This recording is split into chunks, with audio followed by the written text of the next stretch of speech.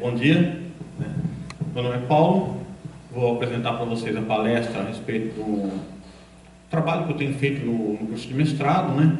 Primeiramente, obrigado aí pela recepção pessoal, tá? Eu não conhecia aqui a cidade, achei muito legal, tanto aqui da universidade, como fora daqui também, é bem diferente de onde eu venho, né? Então, obrigado mesmo aí pela recepção. Bem, esse meu trabalho, ele diz respeito a um curso de mestrado que eu realizo no INPE, né, em São José dos Campos, estado de São Paulo, tá? E fala um pouco a respeito de osciladores harmônicos simples, tá? O título, né, Python 2 to Study the Power Spectrum Dimensional Dependence in Complex Physical System, diz respeito ao tipo de modelo que a gente vai estar estudando para poder fazer análise, né, estatística no futuro, tá? Uma tradução aí seria uma ferramenta em Python para o estudo de dependência do espectro de potência em sistemas físicos complexos. Tá? Então, assim, os meus orientadores são o Reinaldo, Dr. Reinaldo Roberto Rosa, e o Willis Silva Dantas, tá? Do INPE e do Instituto Federal também, lá do estado de São Paulo. Tá? Bom, um pouquinho sobre mim aí, né? Sou aluno do curso de mestrado, como eu disse, no INPE, tá? Em São José dos Campos, e sou professor do Instituto Federal de São Paulo, na cidade de Campos do Jordão. Tá? Não sou físico, tá? Eu sou da área de programação, tenho uma formação em computação científica, mas a área minha mesmo de trabalho durante o dia a dia é voltado para programação e principalmente banco de dados. Tá? Eu trabalho muito com banco de dados, tem a parte de análise de dados também, data science e tudo mais, mas no dia a dia o que eu utilizo muito é a parte de banco.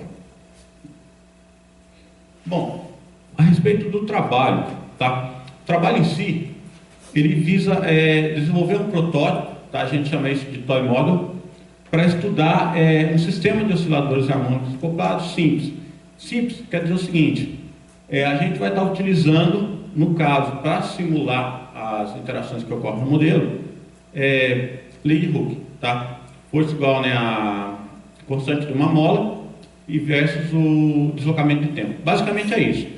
Daria para resolver de uma outra forma, com uma equação diferencial, por exemplo, equação de Van der Pol? Sim, mas isso é uma ideia para o futuro, tá? Que até vou discutir alguma coisa mais para frente. Tá?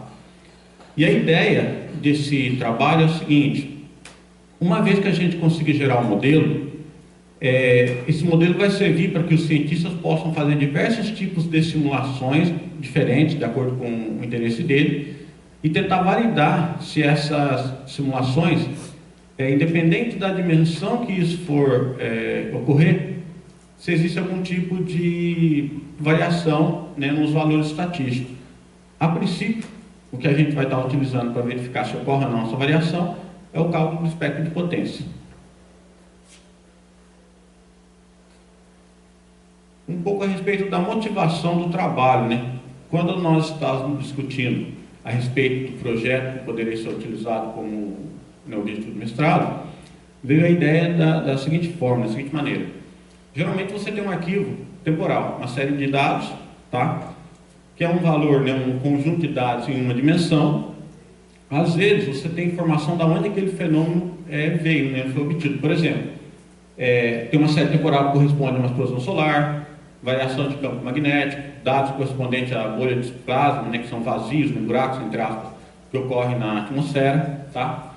E a ideia é utilizar o espectro de potência para pegar esse valor da série temporal e tentar classificar de acordo com algum padrão. Por exemplo, aquela série corresponde ao valor a um fenômeno caótico, uma turbulência e assim por diante, tá?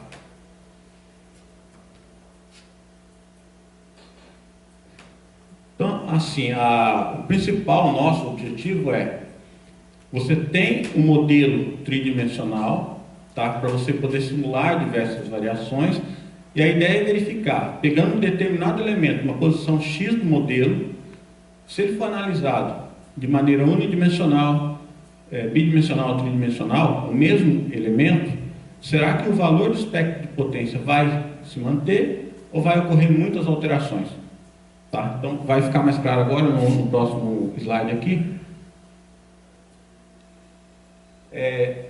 A gente tem a questão de explosão solar, flare solar, tá? Que de certa forma interfere nos equipamentos, etc., e assim, naquilo que acontece na atmosfera terrestre. Então, no caso ali, uma explosão ela pode causar, por exemplo, dano de satélite, pane em rede elétrica e interferência em equipamento. Então, se eu tenho equipamento fazendo uma medição, uma explosão que aconteceu, né, numa explosão solar, pode ou não causar interferência naquela medição. A ideia nossa do modelo é ter uma ferramenta para o cientista poder simular isso daí, brincar um pouco com isso, na verdade.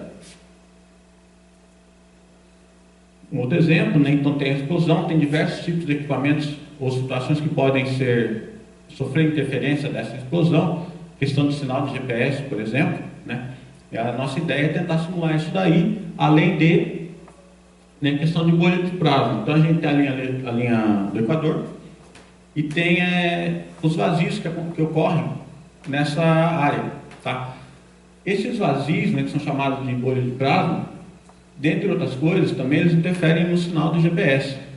Então a ideia do modelo, aí vai dar onde vem o nome dele, né, de 3D, ou BMO, seria um modelo 3D para simular grandes estruturas. Então, por exemplo, o cientista tem lá, ele quer fazer uma análise de uma situação onde tem bolhas de vários quilômetros de distância entre elas, tamanhos diferentes, raios diferentes, etc.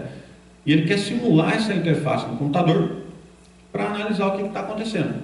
Então a ideia era gerar um modelo 3D sobre essa situação, que pudesse representar a situação, por exemplo, e ele pudesse aplicar no computador para ver o que ocorre.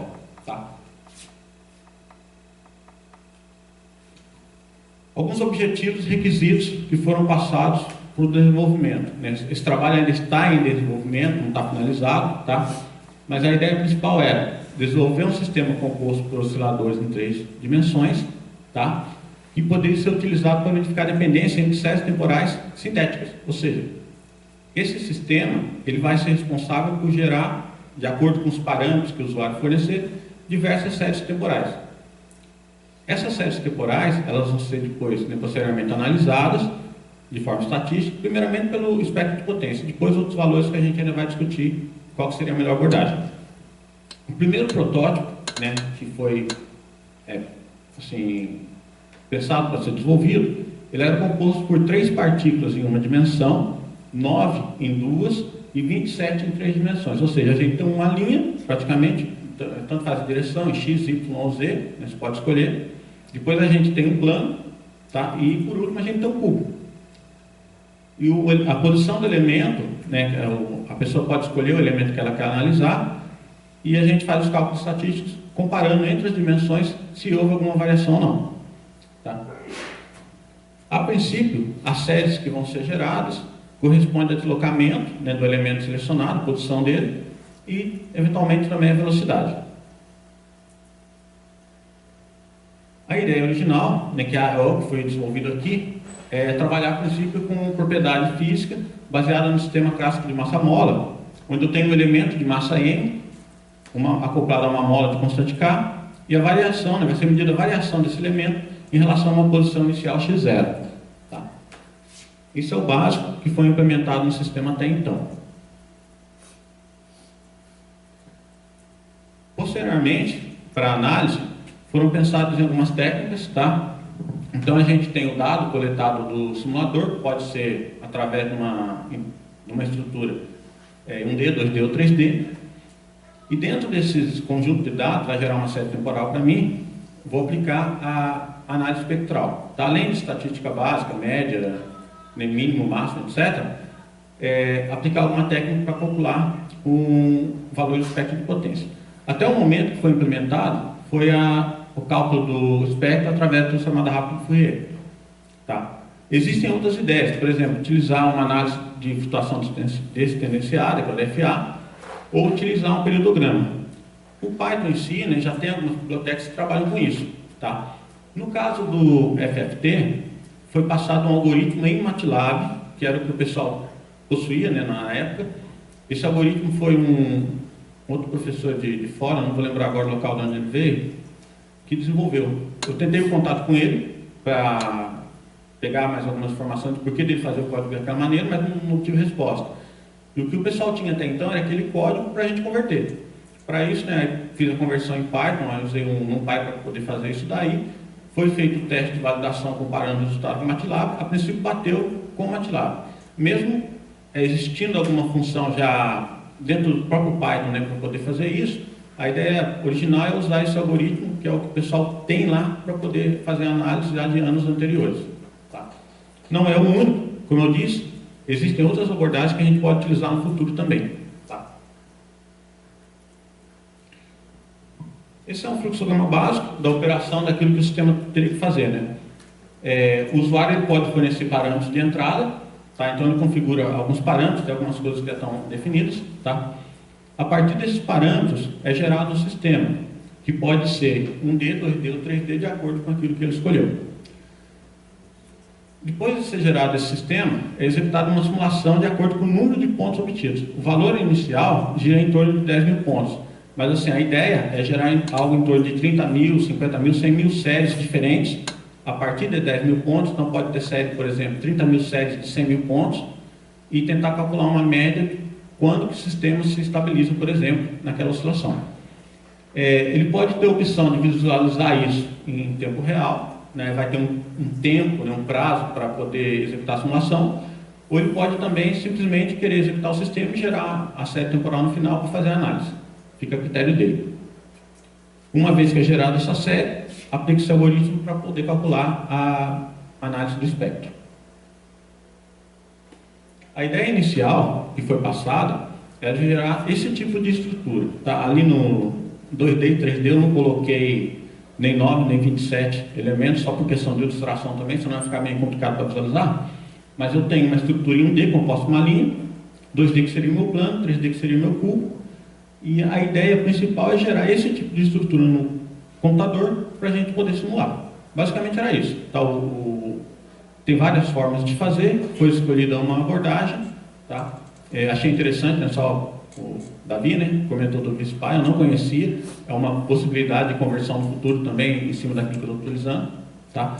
Mas isso foi passado no início, até então a tarefa principal foi gerar alguma coisa para simular essas estruturas dentro do computador. Bom, solução encontrada, no caso, foi utilizar o Python, né, como linguagem.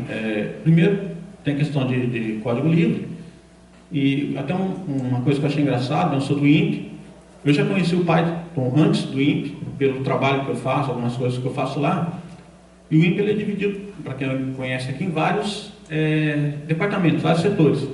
A área que eu estou é a área de computação aplicada. E eu achei engraçado que quando eu entrei, o pessoal não utilizava muito o Python na computação aplicada. Tem um foco muito grande lá, né, um interesse muito grande por Java, tá? Até porque no INPE, né, não sei se alguém conhece, mas tem uma fábrica de software lá dentro que trabalha principalmente com Java.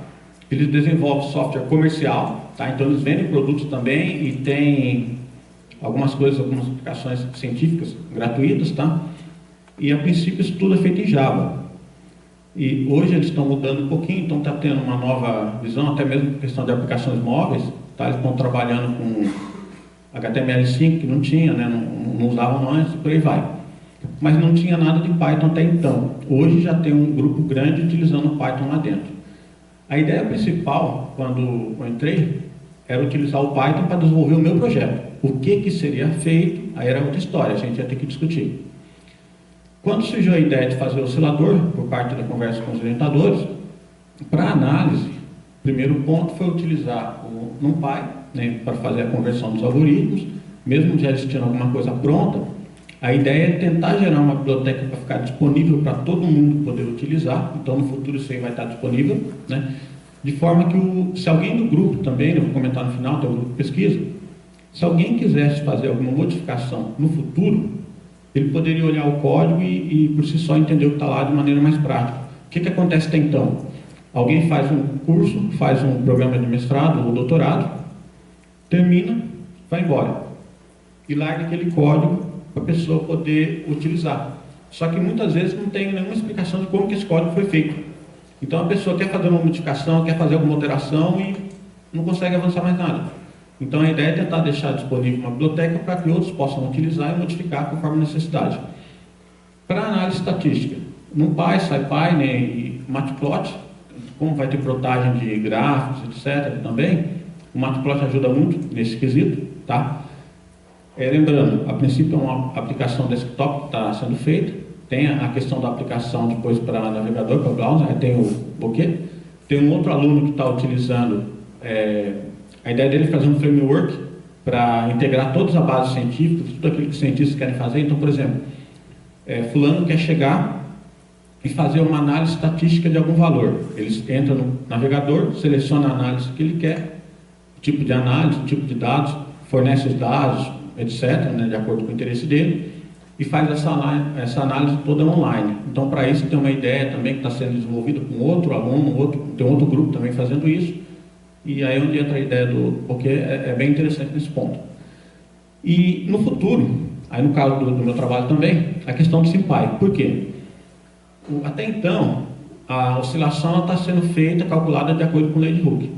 Então, tem alguns problemas, vou mostrar daqui a pouco, né, no outro slide, mas a ideia também é que o cientista possa fornecer a equação que ele quer utilizar para poder fazer a simulação. Um exemplo, poderia utilizar um oscilador com amortecimento não linear, oscilador de Van der Waals, se não me engano. Se o cientista quiser utilizar isso daí, ele entraria com a equação, na equação diferencial, e o sistema faria o cálculo dessa equação para poder gerar o resultado para ele, né, gerar a simulação. Mas se ele quiser utilizar um outro tipo também de equação, não sei, teria que ser viável. Então, uma ideia no futuro é utilizar o SymPy para poder implementar isso daí. Isso ainda não foi feito, né? E o importante também aqui, NumPy, SciPy, Matplotlib, SymPy, seria basicamente análise estatística. Mas para poder gerar o simulador, tinha que ter uma ferramenta que pudesse facilitar a geração da estrutura 3D. Uma das formas encontradas foi a utilização do VPython. Tá? Eu não conhecia o VSpy, né? Achei bem legal. Como eu disse, é uma possibilidade de modificação no futuro. Foram pensadas em outras possibilidades, por exemplo, gerar alguma coisa com o PGL, tá? Mas a princípio o VPython foi o que se mostrou mais fácil de fazer. Não significa que é a melhor alternativa. Tá? Tem alguns problemas, por exemplo, a aplicação em si, inicialmente foi desenvolvida para Windows. Não testei isso em Linux, e em Mac dá alguns problemas, né, até mesmo em relação à versão da biblioteca que eu estou utilizando, que tem que ser mais antiga. Tem versões mais novas do VPython. Aqui tem, por exemplo, no site, tá? E tem uma animaçãozinha ali numa aplicação que foi feita utilizando o VPython. O VPython é uma extensão que permite a criação de objetos 3D, tá? Para quem não conhece, e ele é muito utilizado na área educacional. Então, por exemplo, professores de física, principalmente física de colégio, física básica e tudo mais, que às vezes querem ensinar alguma coisa interativa de física para os alunos, eles acabam utilizando o VPython para mostrar aquele tipo de situação. A pessoa consegue programar, não é difícil, tem até um exemplo básico ali, e o próprio aluno, ele consegue desenvolver alguma coisa. Tem um colégio, inclusive, se não me engano, de Portugal, eu não lembro o link agora, mas depois tem um e-mail, se o pessoal quiser entrar em contato, a gente vai conversando. Eu achei vários trabalhos interessantes de alunos do ensino médio que foram feitos utilizando programação, né, Python, em conjunto com o VPython. Além disso, da área educacional, ele é utilizado também na área científica, principalmente para visualização de dados ou simulação também de alguma coisa. Tá? Tem um exemplo ali de um braço robótico em 3D, tá? Não foi eu que fiz, mas que foi criado com VPython. Tem ali o site, vpython.org. Até então, o meu trabalho ele foi feito utilizando a versão 6 do VPython, mas já tem uma versão nova que inclusive roda com o Jupyter. Essa versão não testei, tá? Vai ser mais para o futuro, talvez uma conversão no futuro, mas ele já aceita isso daí também com o notebook. Tá? Esse é um exemplo básico de código, tá? de Python. Na verdade, ele define uma janela para a gente de onde a gente vai trabalhar e cria um plano, duas massas e uma mola. Não tem nenhuma interação entre elas, só está criando um objeto, mas é só para demonstrar como não é tão complicado também criar um código dentro dele. Tá? Esse código gera aquela imagem ali. Tá? As duas massas conectadas por uma mola e só que sem nenhuma interação até o momento. É fácil, né, nesse sentido, de eu poder criar uma estrutura mais complexa depois e trabalhar em cima dela conforme a minha necessidade.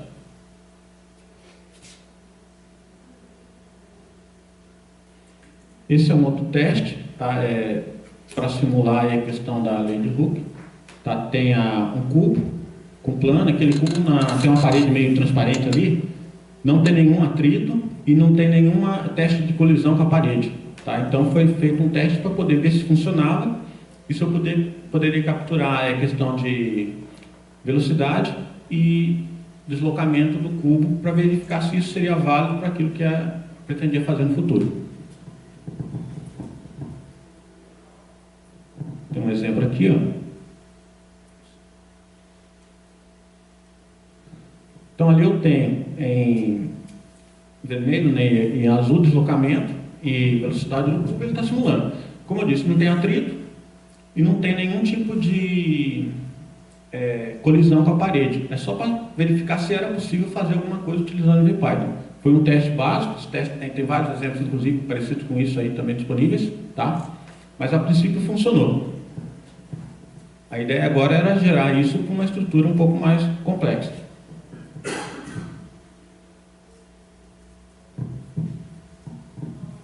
Até o presente momento, né, então, o que foi possível criar?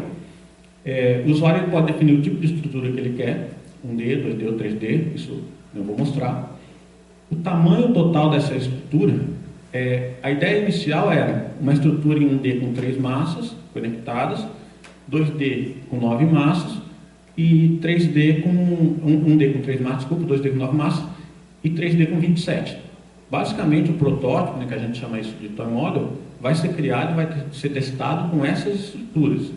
Tá? Pode ter alguma variação, por exemplo, uma estrutura de 3D com 27 massas no total e dentro dela a gente seleciona uma outra estrutura em formato de cruz, por exemplo. Tá? Mas o usuário, até então, ele pode, se quiser criar uma estrutura maior, também fazer isso daí. Fica limitado a questão de velocidade, né, de hardware. Até então, a versão, não sei a versão Jupyter agora do InVPython que saiu, mas a versão que eu estou utilizando é 32 bits. Então, mesmo se eu tiver uma placa gráfica aqui, não vou conseguir avançar muito. Tá? Para a parte de análise, dá para utilizar outros recursos. Por exemplo, até o Edson comentou ontem a questão do Numba, né? Então é legal porque é uma possibilidade de tentar utilizar o algoritmo depois. Eu não testei ainda, eu tinha testado com o PyCUDA, mas não se mostrou muito amigável com algumas coisas que eu queria fazer. E o Numba parece ser bem interessante nesse ponto. O usuário também pode definir a quantidade de elementos ou massas que ele quer em cada dimensão, o peso desses elementos, o valor da constante da mola e a quantidade total de pontos que ele quer para simular. Por exemplo, ele quer simular 10 pontos, 20, 10 mil, 20 mil e por aí vai. Até então, o sistema ele é homogêneo, ou seja, todas as massas têm o mesmo peso, todas as molas têm o mesmo valor. Já está sendo feito um outro teste, tá? Isso não tem aqui no slide, foi definido uma semana antes de eu vir para cá, de gerar um sistema não homogêneo, massas totalmente diferentes, molas totalmente diferentes. Até então, ele está funcionando, tá? Então, assim, as estruturas que foram geradas até então, elas seguem aqueles padrões ali, ó. 1D, 2D e 3D. O elemento que está em vermelho é o elemento que o usuário vai utilizar para poder gerar os valores da série temporal. E ele vai ser comparado. Então, se eu tenho uma estrutura em 1D, vai ser gerada uma série e eu vou comparar o espectro. Mas vamos supor que ocorra algum tipo de interferência num fenômeno real. Sei lá, alguma força no eixo Y pode interagir com aquele elemento. Tá? Eu tenho que pegar os valores dele, mas será que essa força vai modificar muito o valor do espectro? Não sei. É isso que a gente quer utilizar o modelo para poder estudar. Então ele pode gerar uma estrutura em 2D, comparando aquele mesmo elemento, geralmente na mesma posição, o elemento central, e verificar se o espectro vai bater. Mas se ele quiser pegar forças que atuam em 3 dimensões, ele pode tentar gerar esse modelo em 3 dimensões também, seria o 3D, e comparar o espectro para verificar se ocorre algum tipo de alteração. Aqui são alguns testes, tá? Então foi feita a simulação do modelo em 2D. Aqui não são frames contínuos, tá? Tipo tempo 1, tempo 2, foram alguns frames, alguns snapshots que eu gerei e animei só para poder ilustrar aqui. Então, por exemplo, tem um tempo, depois tempo 1, tempo 10, tempo 20, tempo 1, tempo 50, tá? Só para poder ilustrar o que estava acontecendo. Lembrando que esse daqui foi implementado utilizando, né, para oscilar a lei de Hooke. Então tem alguns problemas. Um deles é que, dependendo da situação, a mola vai se romper, né? Isso acontece, a gente vai acabar vendo aqui. Esse é um outro exemplo, tá? Em 3D. A ideia no futuro é implementar isso através de equações diferenciais também, né? Mas é uma coisa mais para frente ainda.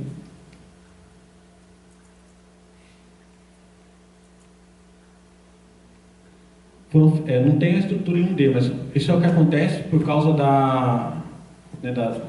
no caso da lei de Hooke, que conforme a oscilação que eu tiver, a força que eu tiver, vai acabar rompendo a minha mola, né? Então, isso aconteceu no modelo, a gente fez uma análise para ver os valores que estavam sendo obtidos e deu uns valores bem diferentes aí. Aqui foi um teste para gerar uma estrutura maior, tá? É lógico, tem frame 1, frame 100, isso varia muito, até porque é o seguinte, para poder gerar animação, dependendo do jeito que eu vou criar isso daí, eu não capturei tela, não foi feito captura de tela do que estava acontecendo no computador. Como eu fiz isso a princípio para o Windows, eu gerei as imagens, tá? É um GIF, um JPEG, e animei isso daí. Aí tem um outro recurso que é legal, eu não consegui executar isso aí no Mac, que foi trabalhar com a imagem de Ray Trace numa estrutura maior. Tá? Eu não preciso fazer isso, mas eu posso fazer cada imagem, depois renderizar para o Ray Trace numa estrutura muito grande, fica legal de visualizar. Mas foi só um teste também. Tá? Tem um outro exemplo um pouco menor. A ideia era ver se ele estava gerando a estrutura do cubo para mim de maneira um pouco satisfatória. Tá? Então, depois de certo tempo, como se o elemento rompesse a minha mola, e o cubo, né, cada massinha seguisse um caminho de acordo com a direção e a velocidade que ela estava naquele momento. Bom, o usuário, na utilização do programa, ele tem um arquivo de configuração, tem a opção dele poder fornecer os valores via prompt, tá, mas talvez não seja tão viável, e tem a opção dele também carregar um arquivo de configuração. A ideia original é gerar uma interface gráfica. A princípio, eu utilizei o WX Python para isso. Só que tem um problema também, né? Para o Windows. Então, tem outras ideias que a gente está utilizando aí. É o Qt, por exemplo, né? É uma alternativa. No futuro, para ficar uma interface mais amigável para a pessoa poder utilizar. Mas até então, ele também pode carregar um arquivo de configuração com os valores que ele quer. Quantidade de massas, valor, peso de cada massa, constante de mola, etc. Tá? Para poder modificar. A ideia da interface gráfica é ele poder digitar uma equação, por exemplo, e você poder avaliar essa equação para poder fazer um modelo oscilar. Uma vez que tem esse arquivo, ele vai construir a estrutura. Então, no exemplo ali foi naquela estrutura onde está o elemento vermelho selecionado, e a partir daquele elemento é gerado uma série temporal, um arquivo, né? E eu salvo em arquivo. Isso daí é analisado, então tem um exemplo ali só para a gente verificar se estava funcionando. Então tem o valor da série depois normalizada e o cálculo do espectro de potência. Esse aqui foi uma situação onde eu tenho ali na figura A, né, lá de cima um pouquinho, o estado inicial do início da simulação praticamente, né, e o estado final depois de certo tempo. Naquele exemplo foi feita uma simulação para 50 mil pontos. Então demorou algum tempo para fazer isso daí, né, ainda mais se for executar isso em tempo real. E com aqueles valores, a constante da mola, neste exemplo, com K valendo 1.5, tá? E a dimensão 3 e a quantidade de elementos 3 também. Lembrando, essa dimensão e a quantidade de elementos, né, da onde vem esse nome 3D BMO, o B de Big, que se eu posso, por exemplo, simular a distância entre os elementos como se fosse correspondentes a bolhas de plasma na estrutura, na atmosfera. Então, se eu tenho uma bolha de plasma aqui, a outra a tantos quilômetros. E é como se eu tivesse alguma coisa acoplando essas bolhas, e elas vão oscilar. Será que eu consigo verificar algum tipo de variação que ocorre nisso? Basicamente é para isso que a gente vai utilizar o modelo, né, para poder fazer os estudos. Esse não é o gráfico, é o mesmo gráfico, tá, que foi gerado. Tá? Não foi feito nenhum tipo de classificação em relação ao espectro que está sendo gerado ainda. Tá? Como eu disse, é um trabalho de desenvolvimento. Então a gente está melhorando ele ainda. Tá? Aqui é um outro teste quando houve o rompimento da mola. Tá? Também foi gerado basicamente os mesmos valores, a diferença é a questão da constante da mola que foi um pouco maior. Depois de um determinado tempo, é como se ela se rompesse e cada massa seguisse uma estrutura diferente, uma direção diferente. Analisando o gráfico disso daí, da série obtida, a gente obteve esse resultado. Né?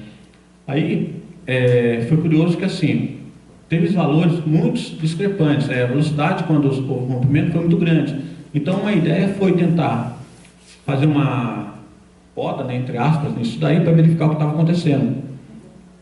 Se a gente olhar, os valores obtidos, para cá igual a 1.5, 1.65 e 1.65 com essas aparas, foram os seguintes. Com K igual a 1.65, que é o do meio, o valor mínimo e máximo foi muito grande, tá? Muito negativo ou muito positivo, que é quando rompe e a estrutura se desmancha.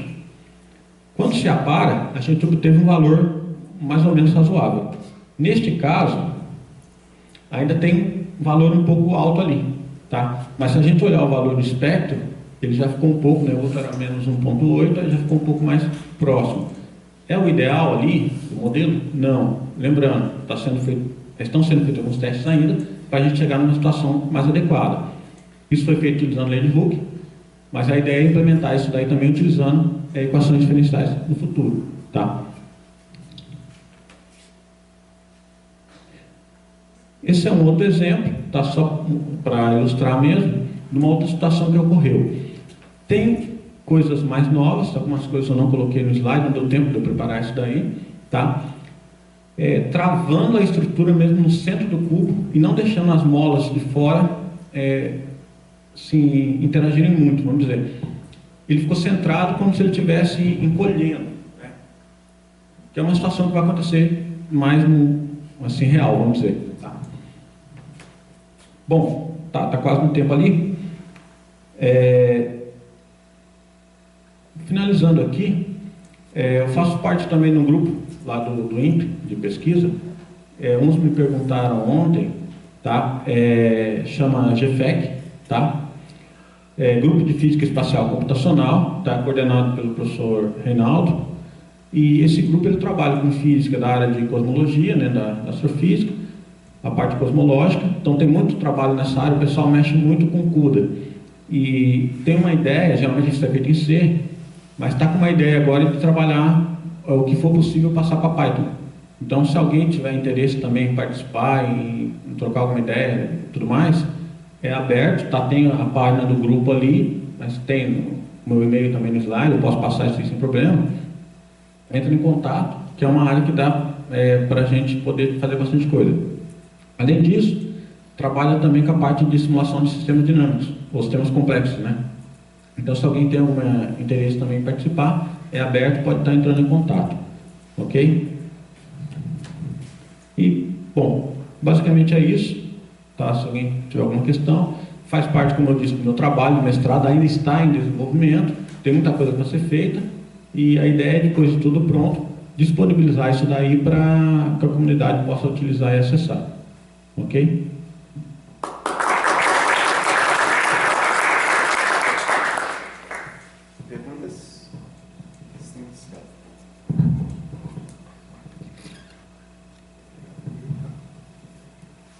Paulo, beleza? Eu queria só tirar uma dúvida, assim, mais ou menos, porque num dos slides que você mostrou ali, que era meio que um exemplo piloto ali, unidimensional, de uma massa, aquela cúbica. E aí você mostrou a série temporal de deslocamento dela. Isso, essa mesmo. Se você puder até dar essa da animação, se você puder dar um play ali, né? Só para... Você falou que a dinâmica é simplesmente dominada pela lei de Hooke. Por que tem essa modulação no sinal da série temporal, sendo que não tem nenhum atrito, não tem nenhum forçamento e é simplesmente uma dinâmica massa-móvel? Ali, na verdade, foi feito só um teste para ver se o sistema funcionava e eu conseguia fazer algum tipo de interação com ele, uma animação, de maneira mais simples, certo? Aí, no caso, foi só capturado o deslocamento, a gente verificar, tem o eixo X dele e a variação que ele ocorre no eixo X. De certa forma, é uma senoide, né, que é o que ele está obtendo ali. E a velocidade também.